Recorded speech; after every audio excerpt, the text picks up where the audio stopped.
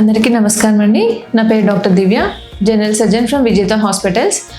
ఈరోజు మనం ఒక పేషెంట్ గురించి నేను చెప్తలుచుకుంటున్నాను. పేషెంట్ నేమ్ వచ్చేసి Bharat Kumar, 40 years male patient. ఇనిషియల్గా తను మన దగ్గరికి అంబెలికల్ హెర్నియా ప్రాబ్లంతో వచ్చారండి. సో పేషెంట్ని చూసి పేషెంట్ ఎవాల్యుయేట్ చేసి పేషెంట్కి మార్బిడ్ ఒబిసిటీ ఉండడం వల్ల మేము బేరియాట్రిక్ సర్జరీ కూడా అడ్వైస్ చేసాం.